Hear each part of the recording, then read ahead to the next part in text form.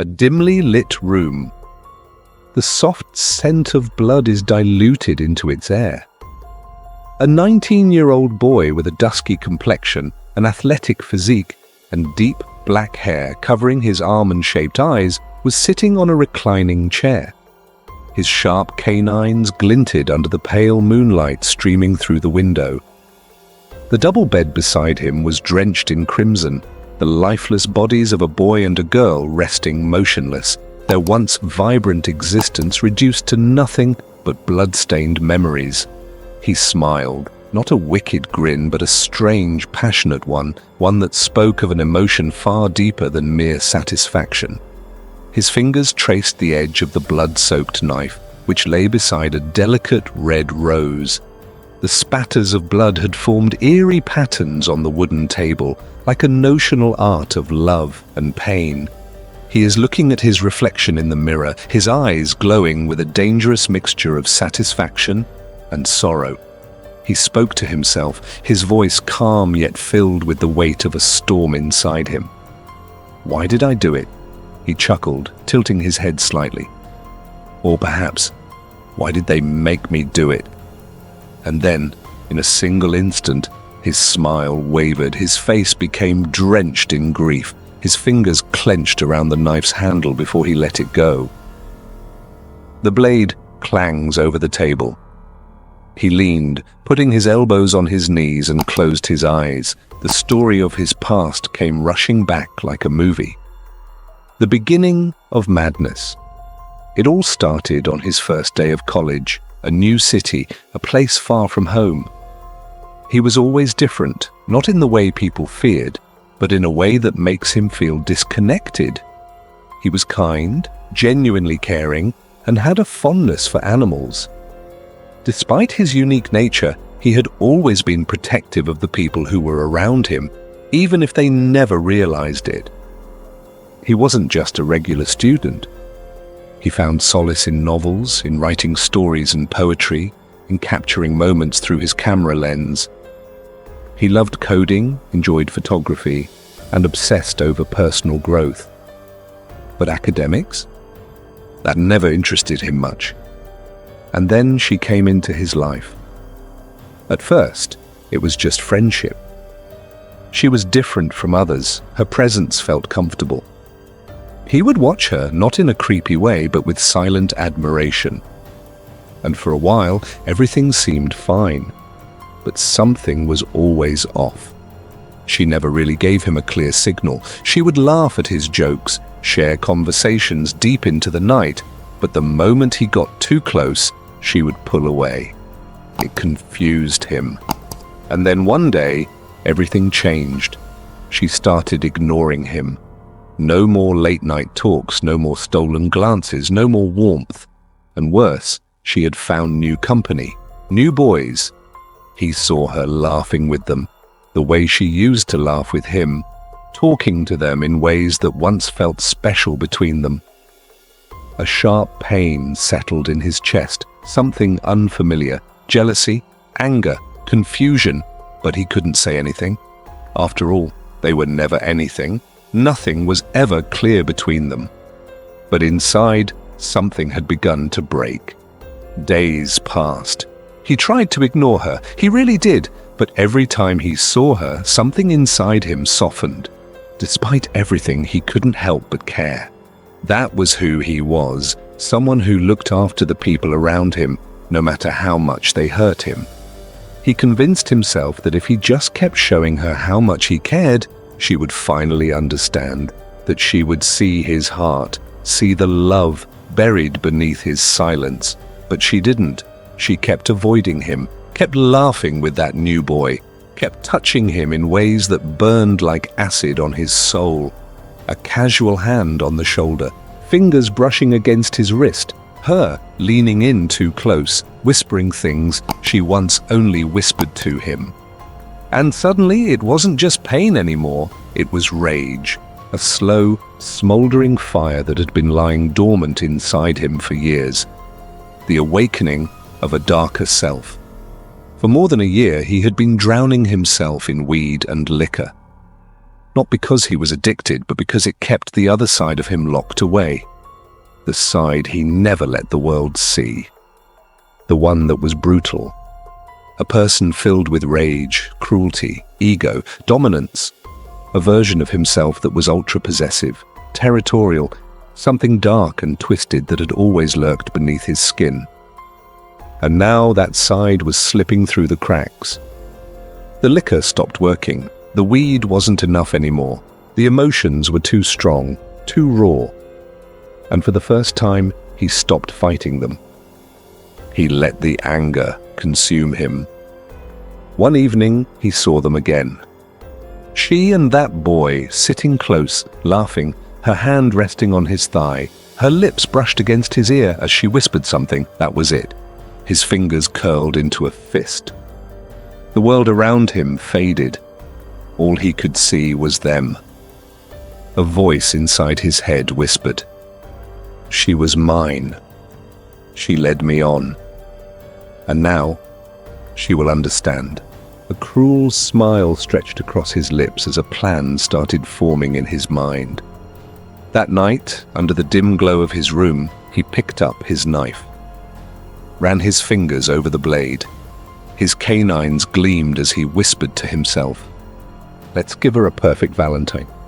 Valentine's night. The air was thick with romance, with whispers of love filling the city like a symphony. But for him, the night was drenched in something else, vengeance.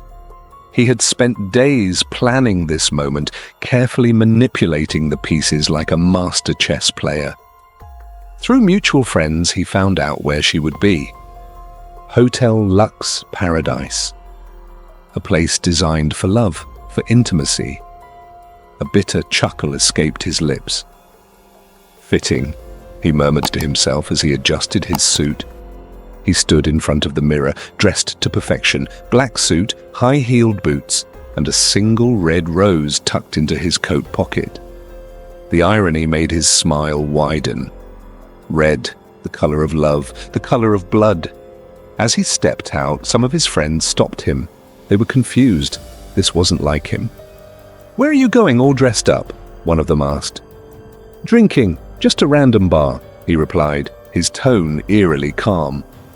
They insisted he join them instead.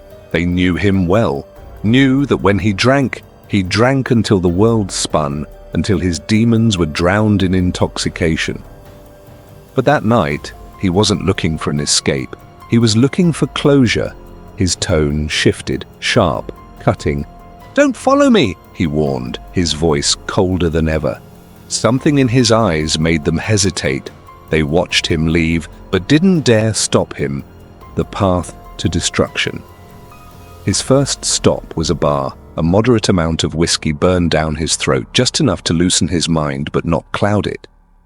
He needed clarity for what came next. He asked for the bill, folded it perfectly, and put it into his plant's pocket. Evidence. A perfect alibi. Then he made his way to Hotel Lux Paradise. The receptionist was hesitant at first when he inquired about the couple. But money has a way of loosening lips. As he increased the tip, her resistance wavered. Finally, she caved. "Room 307, she whispered. His lips curled into a slow, calculated smile.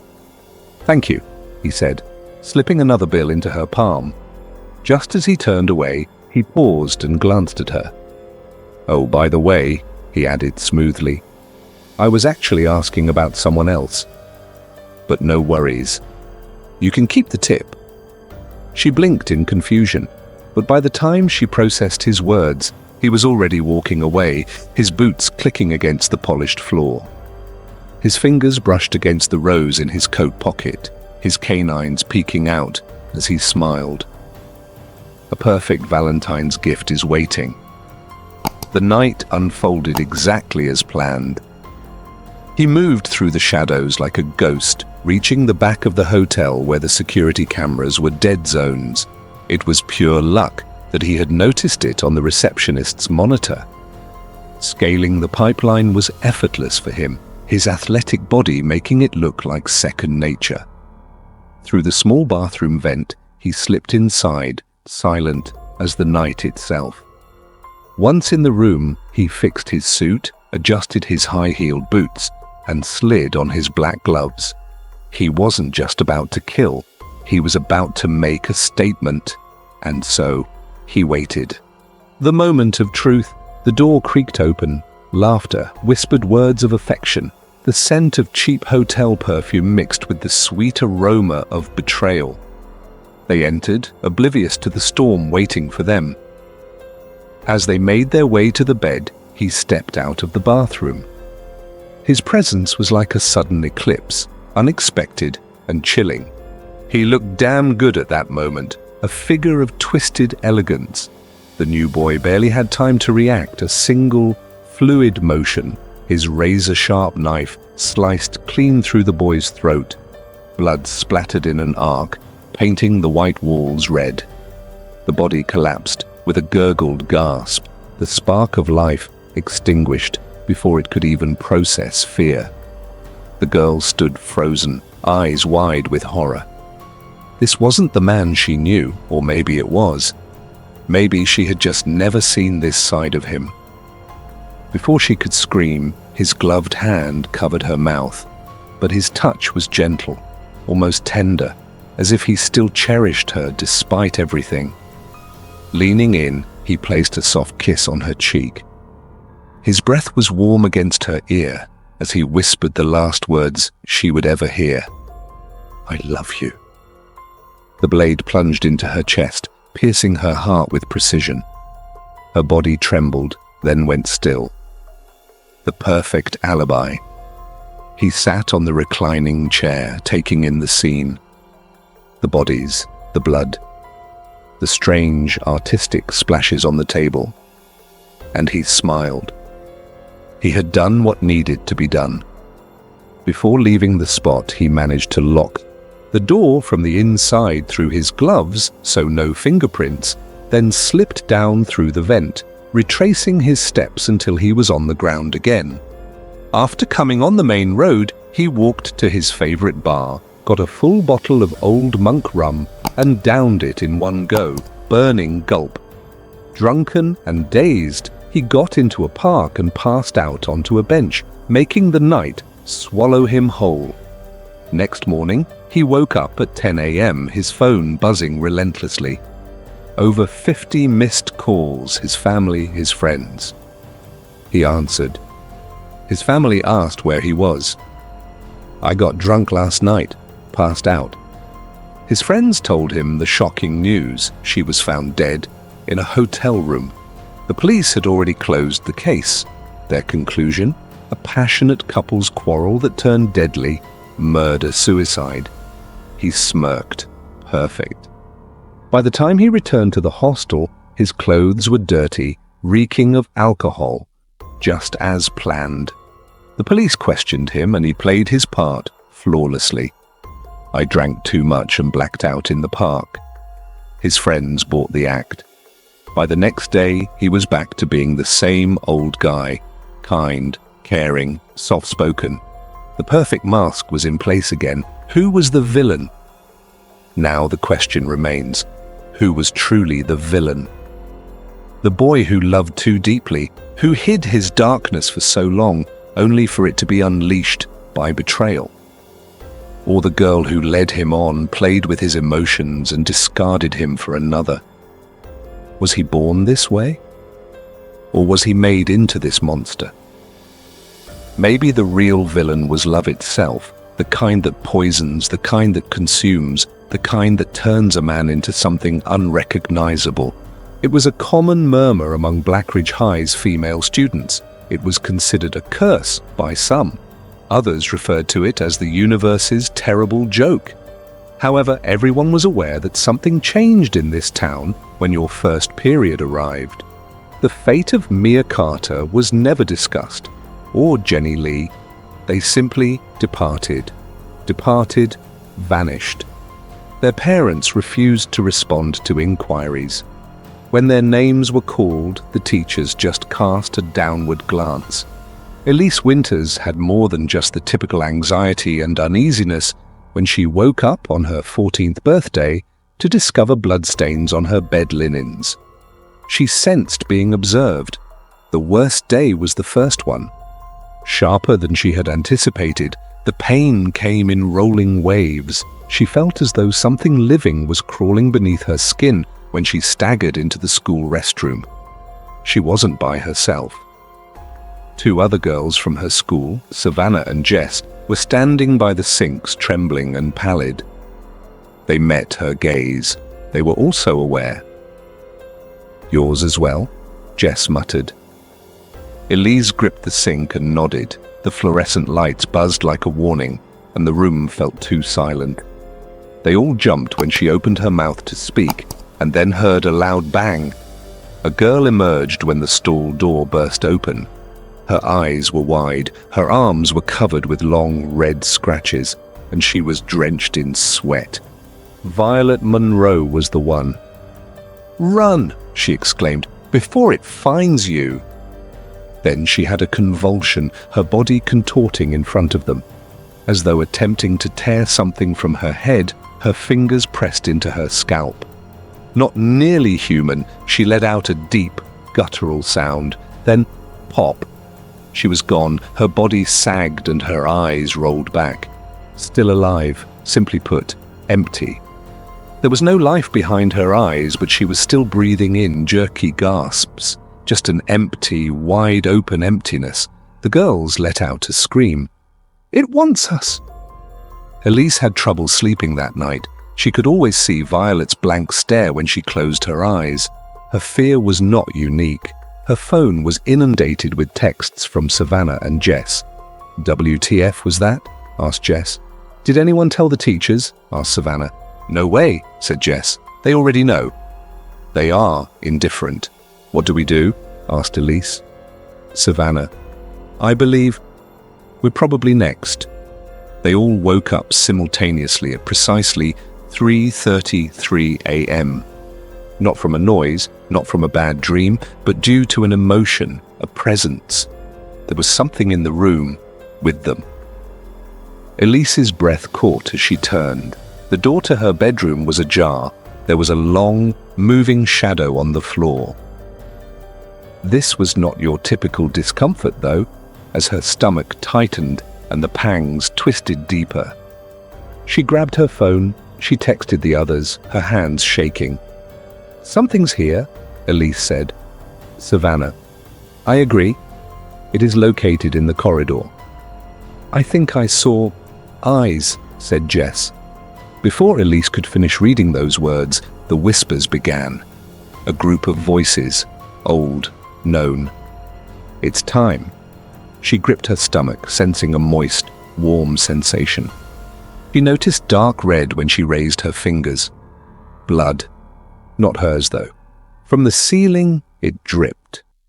The ritual. The first person to figure it out was Savannah.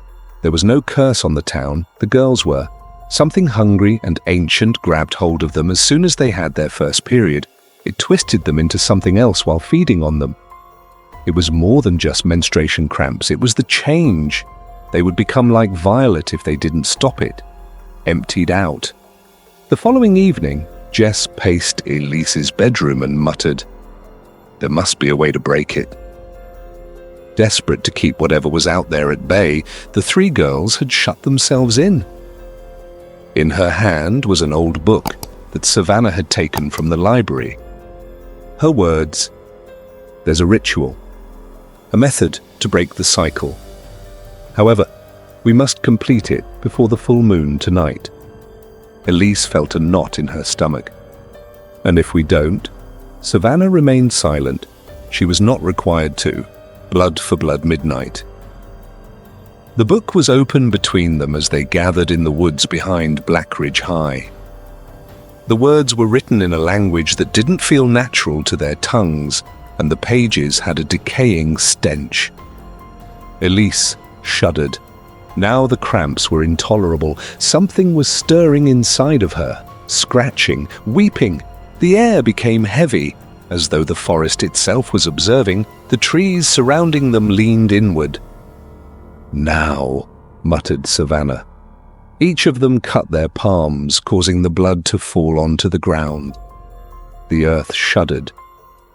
Through the trees came a guttural, deep screech. Something ancient and dark emerged from the darkness. A tall, slender figure with a face that changed shape like 1,000 eyeballs, too many teeth in an overly large mouth. "The cycle ends tonight," Savannah muttered. The book was thrown into the fire by her. The thing let forth a scream. Voices of girls from the past, girls who had been stolen, filled the wind as it howled and whipped around them.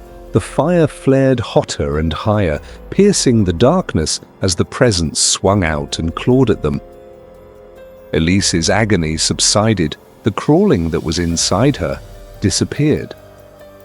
Then there was silence. There was no longer any presence. Above them hung the waning, blood-red moon. It was done, or so they believed. 1 week later, Violet Munro had not been found. The teachers pretended she had never been there. Like it always did, the town moved on. Elise, however, was aware. She could still hear murmurs in the darkness at this late hour. She could still see shadows shifting in her room's corners. She discovered something scratched on the wall of her bedroom one morning when she woke up. In dried blood, a single word was scrawled. Again. The air in St. Augustine's Hospital was thick with the scent of antiseptic and something else, a musty, almost rotten undertone that seemed to seep from the very walls. David, a fresh-faced medical student, had just started his internship and was assigned his first night shift. The hospital, nearly 2 centuries old, had long corridors lined with yellowed walls, flickering lights, and whispered rumors of things best left unsaid. His supervisor, Dr. Langley, had given him a simple task: monitor Ward 6B, the wing for long-term coma patients. A quiet first shift, she had promised. But as David stepped into the dimly lit corridor, a strange unease crawled up his spine. The air felt heavier, the walls closer. The first few hours passed in silence, save for the rhythmic beeping of monitors. He moved between beds, checking vitals, writing notes. Textbook routine. Then the monitors flickered. A low static hum filled the room, and all at once, the beeping ceased. Panic gripped him. He rushed to the nearest machine, tapping frantically at its screen, but all systems seemed functional. Yet the patients, their bodies twitched beneath the sheets. One by one, eyelids fluttered open.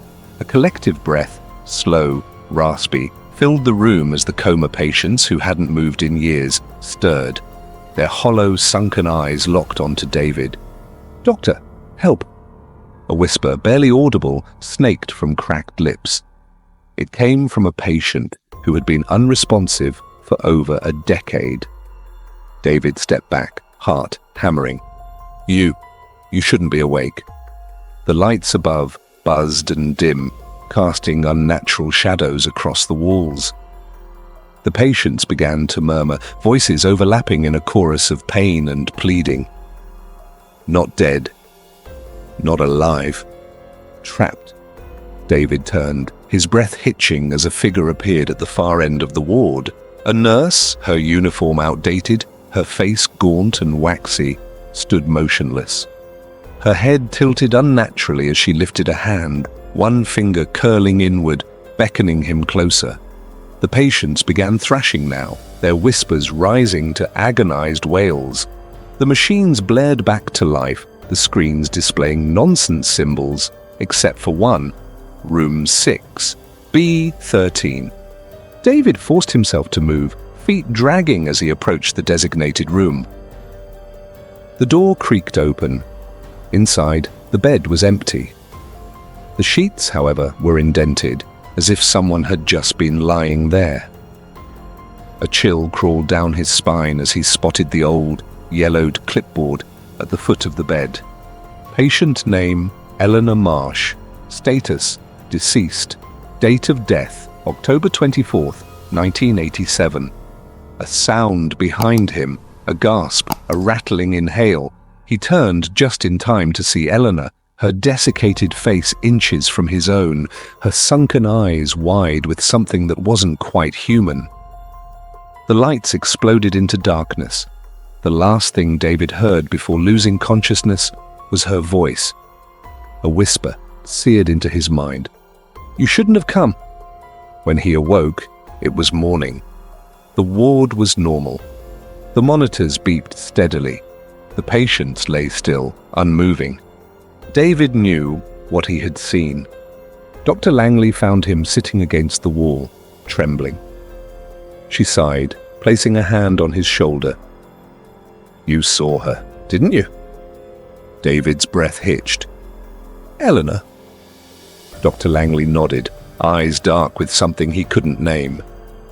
"She's been waiting for someone to notice." David never returned for his second night shift.